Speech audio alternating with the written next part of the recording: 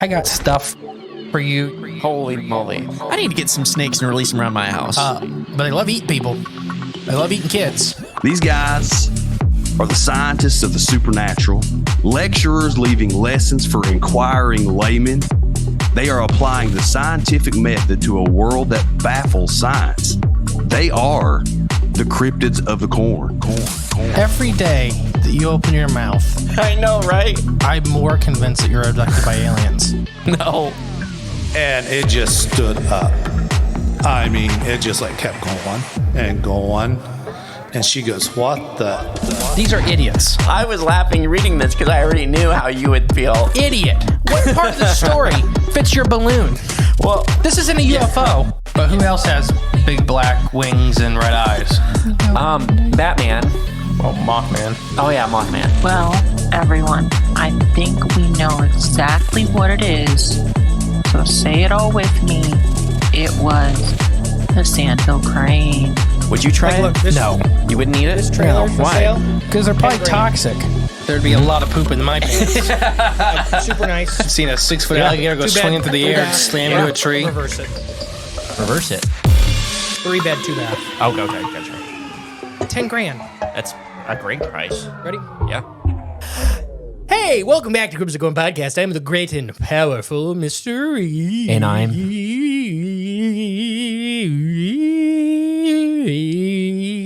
And I'm Jay. I was going to see how long I could do it before you'd say something. Once I realized you were just going to keep going, I was let you go. And we're going to do just a review, catch up, read some reviews. Because this past weekend, we had an amazing event. Right. It was our live show with famous author, Handsome. handsome homeowner, a great swimmer, He is fantastic. great presenter. Can add that to the list. Yeah. Speaker, great speaker. Mm-hmm. What else is there? It's great guy overall. Amazing person. There you go. Just sunshine. What was that? Nothing. Oh boy, you're trying to load up something for this episode? No. Oh, okay. Yeah, you might want to turn that thing. I just turned it down. I was Okay. house shopping. Okay. But Michael Thompson, author Michael Thompson, came to Ada, Ohio, our hometown, for our live show, Monsters and UFO, or Sea Monsters and UFOs. Yeah. I I knew what you meant. Well, yeah, you knew, but you were there. Was I? I think so. Oh, For good. the most part. But yeah, we had our live show with Michael. It was awesome. It went really well. We want to thank everyone that came out to see us and enjoy the show. Gosh, I guess we could go down the list, but just all of our members and Patreon members that were, actually, I think they were all Patreon members for the most part. I think they think are. so. Yeah, that came to see us and see Michael and have this wonderful experience with us. It was fun. Oh gosh, what do you want to start with it? I mean, just you start. We had a fun time. Well, yeah, obviously it was a fun time. Very informative. A lot of informative information was handed out this past weekend. But I mean, our live shows are interactive. It's something we get to do. It's just like our podcast, but in person with visual aids, and you can ask questions in the middle of it. You don't have to wait to the end to comment your questions. You can ask us real time. So that's what makes the live shows fun and worth going to, in my opinion. And we like just talking to you guys directly rather than having to wait for a comment that something we talked about a week earlier to respond to. So it's fun. It's fun to do in real time. I highly recommend if we're in your area, which we plan on adding new live shows for next year, a lot more to the Gambit around the country. So stay tuned. Do we? Yeah. That's a surprise to me. Oh yeah. Well, Normally, I do this to you. You don't do it to me. we have things planned all around the world. Gosh. Well, that's in the future. Yeah. Full of potential.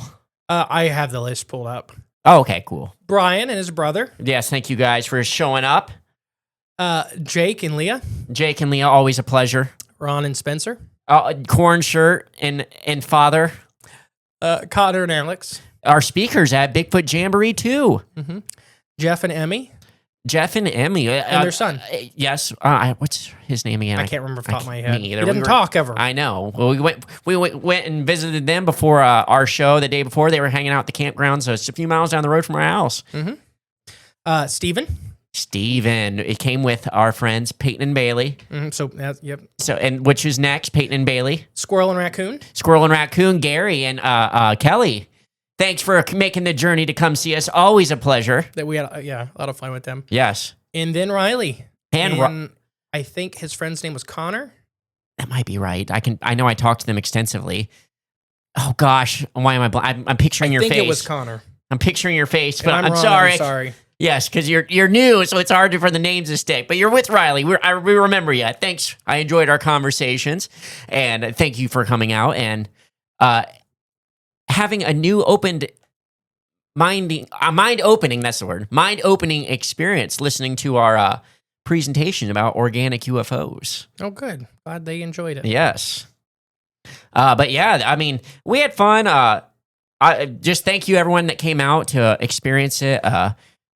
Enjoyable turnout. Just always a great crowd with you guys, all of you guys. It's always fun. We look forward to it. It's like family now. And yeah, I was really impressed with. I enjoyed Michael's presentation. Yeah, I wasn't. So I've never seen Michael present. Right. And I was very interested to see what it was going to be about. And it was really cool. The process of which turning cryptid stories and cryptid sea monsters into working them into a fictional story and still retaining like the actual elements of the actual cryptids, but making them into a fun through-line story and then seeing his process of how he did that it's fun. What do you call it? The keyhole method? Yeah, the keyhole method. Basically, you put a little pin or a pinhole method. Pinhole. Method. Imagine covering your entire story, your entire idea with like a tarp, and then poking a pinhole-sized hole and looking through that at the story and writing it through that perspective. So you only see in certain parts, but the rest of the story is all there, but you kind of let the reader put it together in their own mind. Basically saying more with less. Yeah. He was explaining how that effective technique works with writing and how to connect with audiences and world build and character build. It was really cool because it really informative. Yeah. I enjoyed it.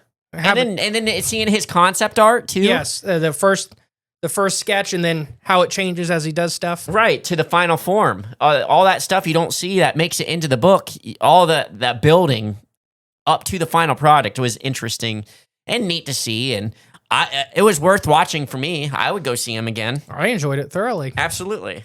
So yes, and that's Michael pretty much covered his Winslow Hoffner series. I mean, that was the basis of his sea monster talk. Because that's what those books are about. Winslow Hoffner sailing the high seas and going after these legends in the ocean deep. In the deep. Right. Oh, yeah. Let's see. What else? Oh, you had special drinks at the bowling alley. The atmospheric jelly and the Kraken. And the Kraken drinks, yes. Who sold more? You know, I don't know. I think it was the jelly. I might have to ask the bartender. I've seen a few Krakens out there, but I think it was the jelly. It could have been. I don't know. I'll get a final tally and report back next week. We'll get a count. That's right. Yeah. Those were fun. Yeah, I made custom menus for the whole thing. That was fun. Oh, the menus were fun. Everyone seemed to really enjoy that. But shoot, yeah, putting together our next event will be a lot more fun. Because next we're speaking. Well, we don't have a live event on the books yet. No, nothing scheduled, but we have people we're talking to doing them with. Right, and even maybe some special guests that have yet to be announced. So stay tuned for that. I know about that? Yes, you do. Yes, you do. We discussed it. Okay, I believe you. I just don't remember. Doing a live event with a special crew, a couple other guys that are near and dear to our show. Oh, we'll see. We still gotta work out the contract with them. But I was like, if we can pull them, they will not sign a contract. Well, with us, they might. That's about I know the one of exception. them recently refused to sign a realtor contract to view a property. See what I mean? Well, so stay tuned for that. That'll be live show announcements coming up in the very soon. I can't wait for that one. Also talking about doing like a homesteading conference. We're throwing that idea around. Yep, that's a new one too. So if anybody has any comments, thoughts, stuff that as an urban or new homesteader you'd like to learn or hear people talk about, Right. Jay Fox, I'm talking to about small hard dairy farming for homesteading. Yep. I have a goat person already lined up. Mhm. I will take care personally of either fancy egg-laying poultry or quail, either one. And then I do have a person that is extremely good at small-scale chicken production. Okay. That is a big part of his side income. Oh, that'd be great. Well, what's the purpose of the homesteading conference? Why? You know what I mean? So to me, it would just be to share information of how you can take a very limited space and produce food either for just your family, which is fine, or excess. Right. To do like a little farm market, or even if you just do that community donate thing. I just seen that is getting big, good, which is good. Yeah. Where they're doing, I think it's called like the libraries and stuff like that. Right. I think it's called the community bread box. Where you just basically it's a fridge out in public, and you just put whatever food you want in there. Like I seen ladies that do like their own bread, right? So they make their own bread. So they'll seal a couple loaves in there or half loaves or whatever. And put Right. Yeah. No questions asked. If you're hungry or if you just want to try it. But yeah. So I never ever get why somebody shouldn't feed the homeless. I don't care what you think the situation is. Gosh. I worked a lot or like around homeless and right. stuff like that. Or people who lost their homes and then you're trying to help feed them and the government stops you. Like that's messed up. I think we should be allowed to help people. So another one would be I'm working on some plant stuff with both herbal medicines. Mm-hmm. Because I think I have a person lined up for that. I just got to go talk to her. Right, yeah. Open the window. Yeah. Going far. Just yell at her. But I think she would be open to that. Oh, I think so too. And then I guess early plants and what to pick and what to do. Plant partnerships, that kind of stuff. Shoot, I mean, the options are endless what we could discuss and talk about. So comment or email us if you I really want to know, let's say it's $15 a ticket, right? For a full day conference with raffle prizes and all that stuff. If it's $15 a ticket, what do you want to learn? Right. For $15 a ticket. Right. Because that does, because we pretty much, when we do these things, we put all the money right back into it. Like for the Jamboree, that's what we pay for everything. Yep. Right? Everything goes right back into it. So we can set what you want based off the price of things. Right. If that makes sense. If it's $30 a ticket, you get X thing. If it's $15 a ticket, you get X. Right. Yeah. Makes sense. But yeah, what you'd like to learn. I know plants, birds.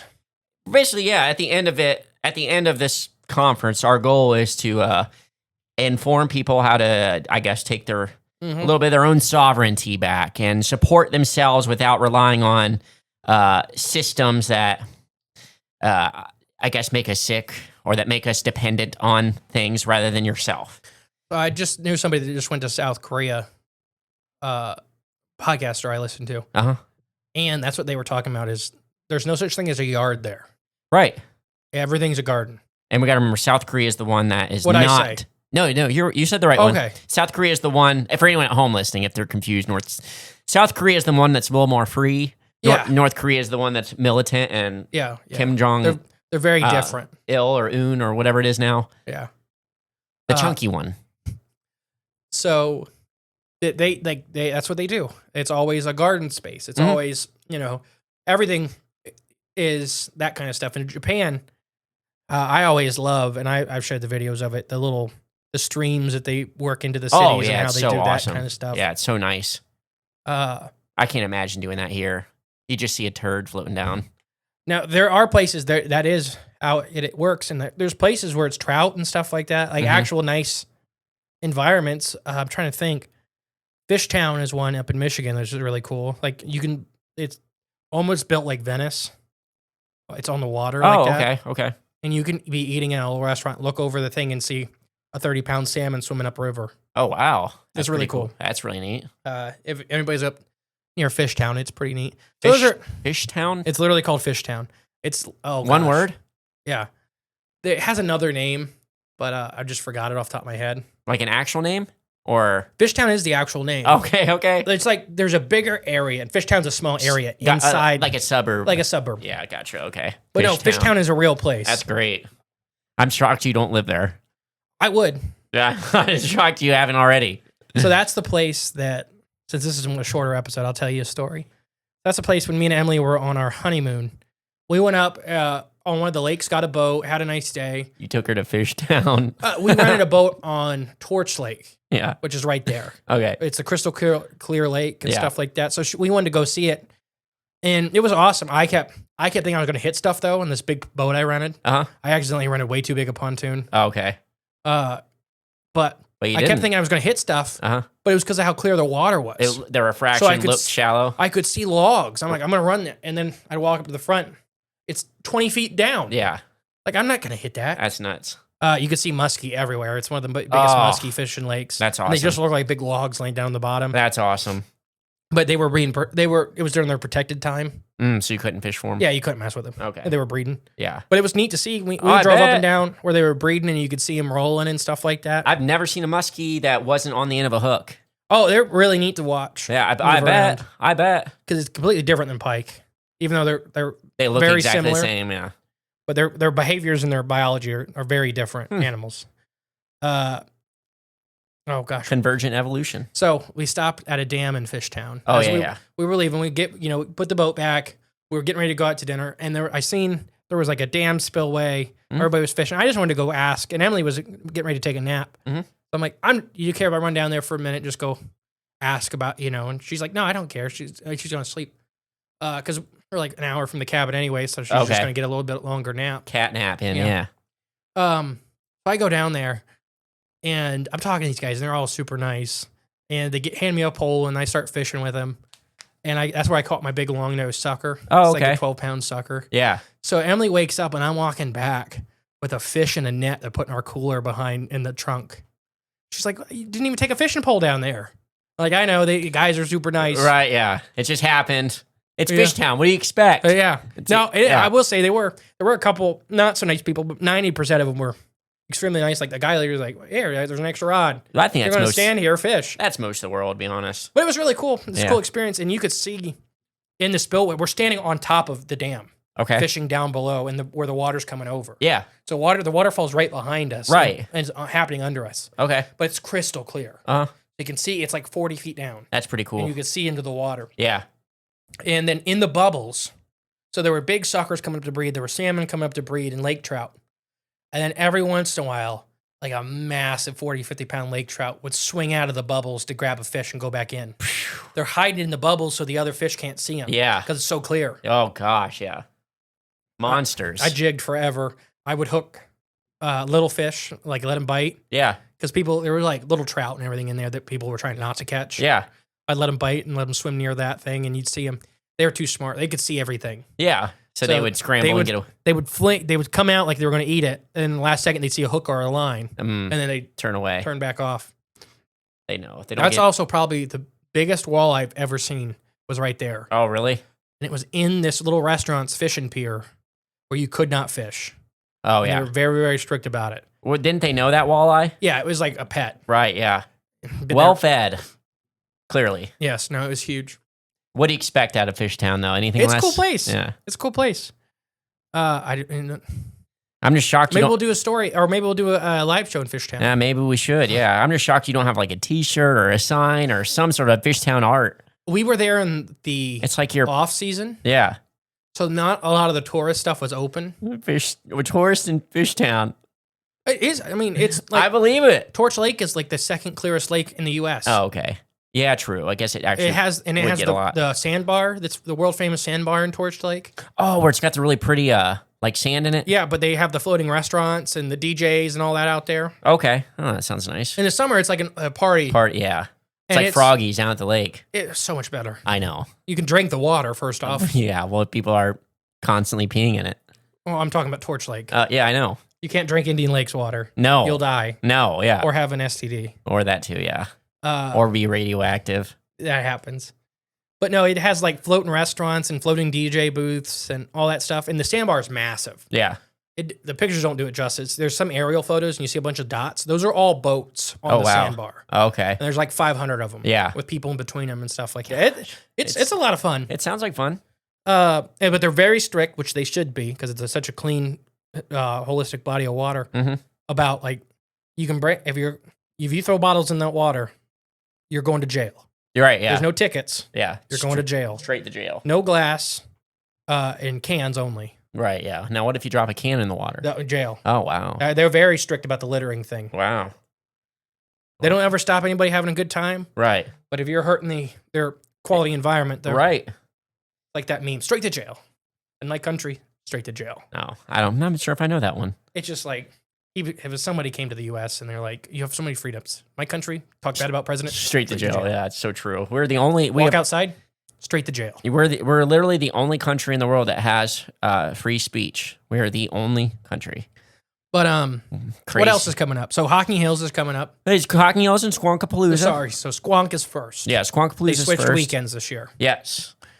Super excited for Squonkapalooza. It's at a new location, the Bottle Works. Mm-hmm. Super excited about it. It's coming. We're shaping up. speaking. Yours truly are speakers. And so is Michael. Oh, Michael's speaking at Squonk. Yeah. That's right. Yep, we just discussed that. Yeah, so you come see us again. Yeah, come see us both again. I'm sure we'll have some overlap. One of us will be there. We should just copy his presentation. Oh. Undercut him. Mm-hmm. Demand we go first. Oh, yeah. No, we have to. Yeah. We got to go right before Michael. Our things work in tandem. Yeah. Yeah, he would. Not be happy. No. That would be funny, though. It would be. At least cover the exact same cryptids. Or just start it off the exact same. Like the first three Slides are exact same. So he's like freaking out. Gosh. Michael. And then Hocking Hills, which is 4 days. Yes. Oh, it's 4 days this year. Thursday to Sunday. We'll be camping. You'll see us out there in the Argo riding around. Oh, it's going to be a long weekend. I don't drink anymore, so it's going to be even longer. Yeah, Before, when she told us, I was like, oh, yeah, 4 days. I'll just be hammered. Start drinking on Wednesday, stop drinking on Wednesday. Yeah, that ain't going to happen. No, we can't. Oh, that's gonna be a fun long weekend because it's at the campgrounds, like you said, Vinton County Fairgrounds, something like that. It's the campgrounds down there at Hocking Hills. It's the Vinton County Fairgrounds that have their own campground. Oh, okay. So it's the fairgrounds that the festival's at. Correct. But the fairgrounds have their own campground out back. Correct. Yes. So it's not the Hocking Hills campground. No. It's the fairgrounds campgrounds. Yeah. And you can rent. I think there's still spaces available. You just rent through them. Right. Yeah. So if you're listening to this now and you're planning on going and you plan on camping, I would get in a spot ASAP. I think Gary was telling me he got a spot out there because they're going to tent camp. Nice. Squirrel and sloth. Mm-hmm. But yeah, we're super excited for both of those.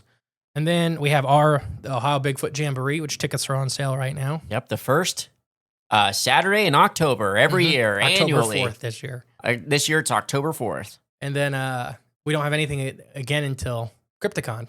Right, yeah, in November.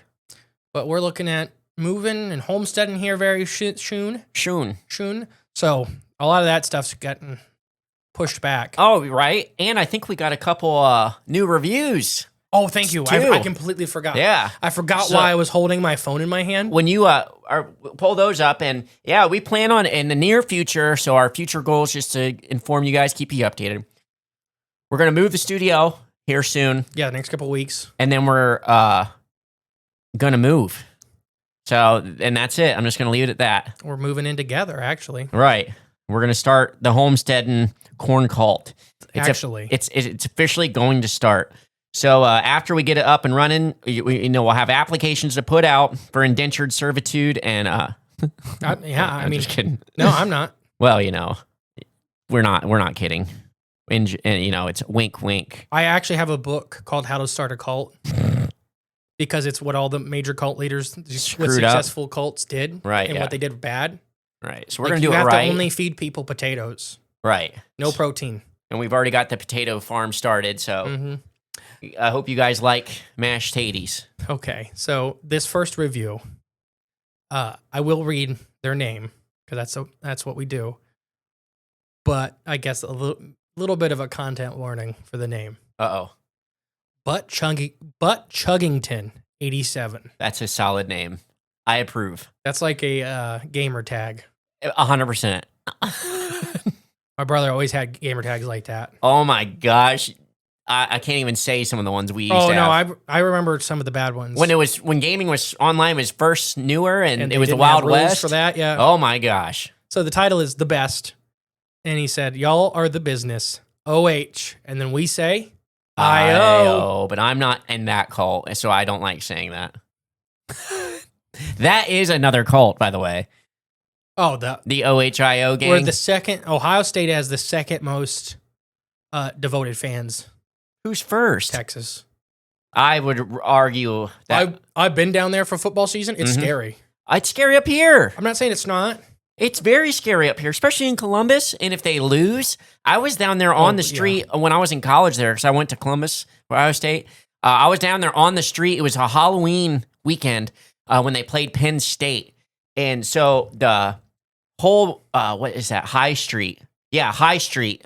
And which is runs right by the campus. It's like the main big road downtown Columbus. They had it all blocked off for like 10, 12 blocks. I don't remember. Shoulder to shoulder, people. Halloween.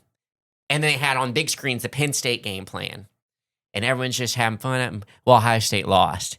And it was scary. It was a scary madhouse. Philadelphia is another. Gosh. We were doing a fish survey right outside of Philadelphia when that happened. When one of the bad losses. Oh, gosh. Yeah, they're nuts. And they're nuts when they win. I may have been a win. I don't know. So we were on a boat and we were scared to go back to our truck. Yeah. Philadelphia are intense. Okay. This next one is from The Pickle Weasel. Oh, another solid name. These are great names. Yes. Great names. We attract the best listeners. Yeah. The Pickle Weasel is just like, I know exactly what that is. They say, insightful and hilarious. I first saw you guys while watching Free the Rabbits, Trolls of the Ancient World. It was a good episode, and I rewatched it too many times to count. Then you guys were back on for Free the Rabbits for why do aliens look so much like us? Again, another good episode I rewatched quite a bit. Finally, I decided to check you guys out. I went back and listened to every episode and your documentaries. I've listened to a lot of episodes multiple times, including the season finales. I usually put on long episodes when I'm going to sleep. Your content is very good. I can listen again and again and again. My two favorite episodes are the one on Megalania. Oh, okay. And Cryptobotany when plants attack from season 2. Really? Mm-hmm. That was the one that we were like... I almost didn't put it out. Yeah. Awesome stuff, guys. Keep it up. Oh, thank you, Pickle Weasel. The Pickle Weasel. Now that's the comments. That's why we do the show. I do love knowing. I always ask, what's your least favorite? What's your most favorite episode? Right. Yeah. Because it does seem to be like the ones I'm least confident about. Well, that one too was at the bottom of our charts for a Cryptobotany while. The first one. Yeah. Yeah, the Cryptobotany because we were like, oh, people just don't like plant cryptids apparently because that one like it felt like nobody listened. Not nobody, but you know what I mean. No, yeah. Compared to the other episodes, that one was down. So that's awesome that's your favorite because I like that one. I thought that one was awesome. Megalania is one of my favorite early ones. That's a good one, yeah. That's the big ground sloth, right? No. Oh, no, Megalania. Sorry, Megatherium, yeah. Which there are a lot of with Mega. I know, sorry, yeah. No. Megalania. Yes, the big from Australia. Yeah, the Komodo dragon. The giant Komodo dragon, yes. Off the northern coast. All of it. The southern, but the western, northern, western, southern coast. I think the southern coast actually is where their last sightings were, if I'm not mistaken. Yeah, it's the bottom of Australia. Yeah. And then the by the rainforest. Yeah, so that'd be the bottom of Australia and the east coast. It's the east coast, not the west coast? There are rainforests on the west coast, but there's nobody lives there. You're right. I'm talking about that's where the Megalania are. I'm sightings, though. Oh, yeah. You have to have two things. People. You have to have Megalanias and eyes, people. And eyes to sight it. Yeah. Yes, if a tree falls in the woods. So this has just been a little catch-up episode. We just wanted to, share some stuff with you guys. Thank everybody for coming out. Next week, we'll bring you a mustard episode. Play the little badumps. I'm not gonna. Oh, we haven't played that since season 2. It's all the way, because it's like 4 pages down. All right, well, I've been the great and powerful Mystery. And I've been Jay. We'll catch you next week, guys. Bye. Bye. Hey, guys. Thank you for listening to Cryptids the Corn podcast. Remember, the best way to support the show is share it with a friend. But if you are craving more of the J clones and more from Mr. E, there's always extra content on Patreon and our paid member space on cryptidsofthecorn.com. We'll catch you next time with more exciting, fun, and informative information. Bye.